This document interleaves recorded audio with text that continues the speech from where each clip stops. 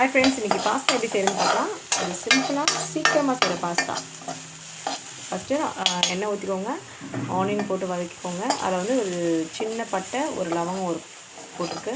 இதில் பார்த்திங்கன்னா தக்காளி பியூரி போடணும். ஒரு தக்காளி அரைச்சி அதில் போட்டாச்சு. க்ரீன் சில்லி ஒன்று, சில்லி போட்டு கொஞ்சமாக ஒரு 1/4 டீஸ்பூனுக்கு கம்மியாக போட்டுக்கோங்க. கொஞ்சோண்டு மஞ்சள் தூள் கலந்துக்கோங்க. சால்ட் உங்களுக்கு ஒரு 1/4 டீஸ்பூன் போட்டுக்கலாம்.